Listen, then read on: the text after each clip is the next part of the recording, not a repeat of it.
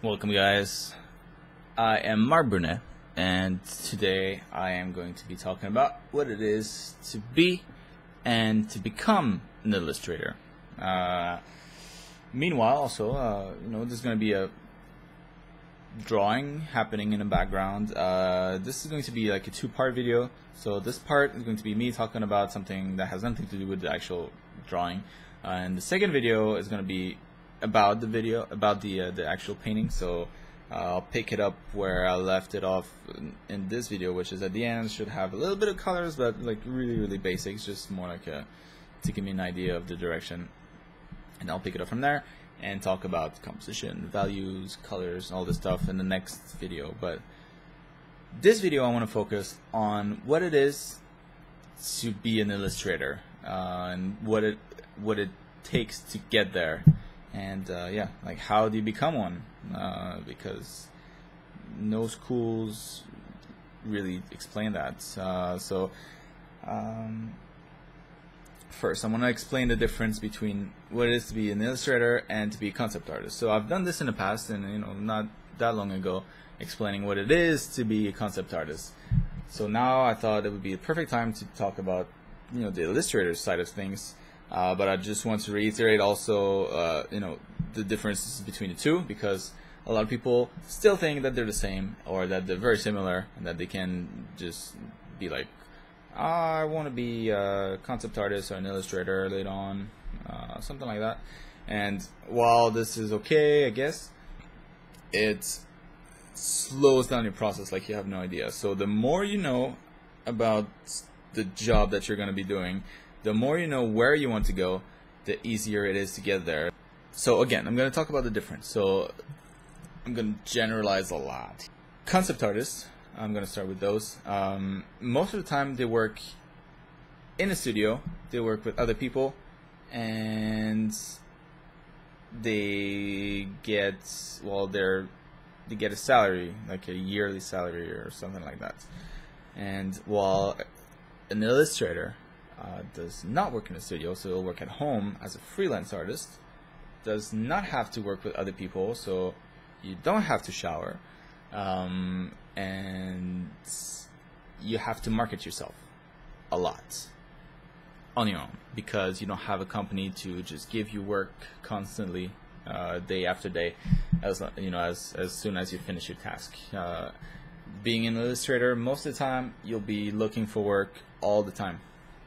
Unless you become really famous, which at that point, you don't really have to work. You don't really have to look. Just work comes to you. But for the the long period of time before you get to that point, that's not going to be the case. So you'll have to look for work, actively look for work all the time, to be able to survive. So those are the main differences. There's obviously exceptions to that. If you want to be working in an outsourced studio, for example, so like something like Imaginary Friends Studios, or Volta Studios, or Opus Arts Studios, all like outsourcing studios that have their own illustrators team. And what they do basically is they get a task from a particular game company or films or whatever, and they're like, okay, so we need this for promotion, for promotional art, or we need like these types of characters, so make illustrations for those. And the artists in those studios are going to be doing like that. So the lead's going to be like, you do that, you do this, you do this, and then once you're done, they ship it to the client, and that's it, done deal. And you'll get paid a salary, and it's a little bit more secure. But I guess if you know how to market yourself well, and if you get really good, you can make a lot more money as a freelance artist, as opposed to working in an outsourcing studio, for example. So stability or more risk, but bigger rewards, whatever you prefer. So an illustrator versus a concept artist. So I talked about the generalization of things, but on a day-to-day basis, the difference is, concept artist is going to have to do the blueprints for a lot of things. So let's say you're working on a video game and you're a concept artist for characters, you'll have to make a character work, and you'll have to make it work from any angle. You'll have to make his armor work many different ways. You know, if you're gonna animate like crazy poses, you want to make sure nothing clips or nothing. Everything works, basically. Everything has to work, so that when you hand it off to the 3D artist that comes after you most of the time, you can just take your concept and be like, oh man, good, and then model it, and everything works. And you're gonna have, you know, things like doing various outfits for the same character, or different variants for particular outfits, or different haircuts, different noses, different swords, or whatever it is, you know. So you're creating the functions of things, you're concepting things, it's design work. So it's very different than being an illustrator. Illustrator is you just have to make one image pretty. You know, whatever is in that image doesn't really matter if it works or not, as long as it works within that one frame, and that's it. That's all you have to worry about. So obviously that comes with a lot of things that you need to be good at, so you need to be good at everything almost, but you can cheat a little bit more, so it kind of offsets it. So I wouldn't say like the two, there's not one career that is easier over the other one. If anything, I would say maybe being a concept artist is a little bit more accessible because it's more straightforward. Like there's not the marketing part of it, so it's more like if you want to be a doctor, you know, you go to university, you get your PhD, and then you apply to a hospital. That's the end of it. So being a concept artist is a little bit closer to that, where you get a good portfolio, you apply to a studio, you get a job, done. You know, you get your paycheck every week or every other week, whatever. Being an illustrator, you kind of have to make your way there somehow and figure out how you're gonna make money. There's no guidebook really. There's not many other careers to look at and be like, okay, I can just copy that person's path, for example. So it's a little bit less approachable, I would say. But so what I was saying is that to be a good illustrator, you have to know everything. So you have to know composition, you have to know color, you have to know gesture, perspective, you know, environment work, characters, props, everything. But like I was saying, you can cheat your way a little bit more. So if you can stretch things out or place it in like crazy angles that would never work in a 3D environment, but as one image, it kind of does, and that's all you have to worry about. You have to worry about creating a good picture that can sell the particular product, if that's what the image is for.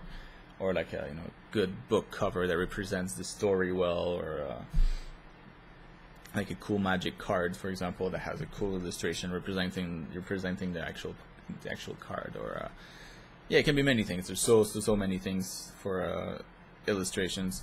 Wow, my nose is really itchy. So now that we know what that is, I am going to be talking about how do you get there, because that's the marketing part. So marketing is like 50% of being an illustrator, and the other part is the actual skill. But the marketing parts, nobody really talks about it. So how do you get there? The marketing is maybe not the right word, but I guess, yeah, it is. It sounds scary, but it's really not. So all you have to do is get as much exposure as you can, and obviously be good enough so that the exposure matters. What I mean by that is that if you're a really crappy artist and you have a ton of exposure, let's say you're on every portfolio website that exists on the internet, and you're on every forums everywhere, you're constantly posting, but you're not improving at all, and your art is crap, nobody's gonna give a so nobody's gonna care for you, and you're not gonna go anywhere, and that's obvious. So what you want to be doing is to do the same thing. So you want to be posting everywhere, like all the big websites that you can think of. Everything. Every time you find like a new portfolio website, just post your stuff on it. It might be a lot of work if you have like a bunch of them, but yeah, like you can easily find like 20 of them, like 15, 20 of them online, that get decent traffic so that it's worth it. And then there's a bunch of different forums that you can post on, and they always host competitions, all this stuff. And this is all things to help you get more exposure. So while you're improving, more and more people are going to be looking at your stuff, especially if you comment on other people's stuff. So if you have to get really involved in this kind of career, you have to, at least initially, mostly, you have to be very proactive into like giving other people's comments, so that when they see you're commenting and that it makes a lot of sense and it's cool, cool feedback, then they might do the same. So think of it as for every comment that you give, you might get like, for every like 2-3 comments that you make, you might get one. So be commenting a lot and be like, approaching a lot of other people, a lot of other artists a lot. And yeah, like this is kind of how you initially like put other people's eyes onto your work. You have to sort of grab them and be like, look at it. And initially it takes a lot of work, because you have to do this for every single person individually. So it's like you're one person at a time, like, hey, look. And it takes, it takes a lot of time and a lot of energy to do that. But it's like a snowball effect. So it starts really slow, and it's like this tiny snowball. It's like, it's not doing much. But then the more momentum you pick up, the more you're improving. At the same time, the more you're showing that you want to improve. And maybe you're on like smaller forums and you're starting to win like their art competitions, or maybe on bigger forums and you're winning the art competitions, or you're starting to place higher and higher, and people start to notice you. It's like, oh shit, this guy's participating again. I'm gonna have a tough time. The more this kind of things start to happen, and if you start to win a lot, then at some point, people will see your name and then be like, oh, that guy is like, that winning entry was really good. And then they're going to look at your website, and especially if you have multiple websites, then they land on there, and then they can bookmark it or whatever, and they show their friends and word of mouth, blah blah, spreads. And at some point you'll have maybe like smaller websites contact you for interviews, for example, and after that it's bigger websites and magazines, and then they'll ask you to do workshops and like tutorials for them, and it keeps growing like this. And the more exposure that you get, and at some point you might want to submit your art so that you're featured in magazines or in books, like Spectrum, for example, is a good one. Expose. What else? Digital Art Masters. There's a variety of books that you can apply for, and when you do that, most of the time these books have like really high-profile judges to select the entries that go in that book, and then that's like awesome, because you get someone that's in a really good position to possibly like recommend your work to like a colleague of theirs or something, and then they're looking at your thing and acknowledging that it's good. So that's kind of how you get your stuff seen, and then it's just a matter of being seen by the right person, at least for the first couple gigs. And so yeah, like if you buy one lottery ticket, or if you buy 100,000 of them, more likely that you're gonna win, and that's the exact same thing. So if you buy, if you spread everywhere, and then you keep doing it, at some point you're gonna win the lottery, and then someone that is in a position to hire you that just needs that particular thing that you're working on, which is perfect, and be like, hey, you want to do this for us? And then you're good. You're starting to make money off of your thing. And so once you start to be more popular, and you start to have like a lot of hits on your different websites, now you can start to apply if nobody's approached you yet, if you get the confirmation from the general public that your stuff is good, because they like it and they give you good feedback generally, and you have a lot of views and that kind of stuff, that's always a good indication that you're doing something right. Then maybe it's the time to apply to companies, like contact like Wizard of the Coast, for example, and be like, hey, you guys see my stuff, here's my portfolio, what do you think? Think I could be doing Wizard, like magic cards? And then if they say yes, then you're good, because this is the kind of stuff that once you get in, they'll always call you back whenever they need something, and at this point you don't really have to fight for jobs anymore, or not as much at least. You know, once you start to get into those big companies, and most of the time they'll call you back because it's easier for them. You know, they have the name on file, and if you delivered quality work, they'll be like, yeah, why not? Why look at other people when we can just get this guy again? We know, we've worked with him before. You know, he's on like the payroll kind of, and you know, we have all his banking information and all this stuff, so that we can just, you know, hire him, pay him, and super quick. No like back and forth, useless emails and all this stuff. So that's kind of how it works. So you have to, it's like it's a snowball effect. You start small and you work your butt off until you become a little bit more famous and more famous and more famous, and then the more you get, the more will come to you. And then at some point,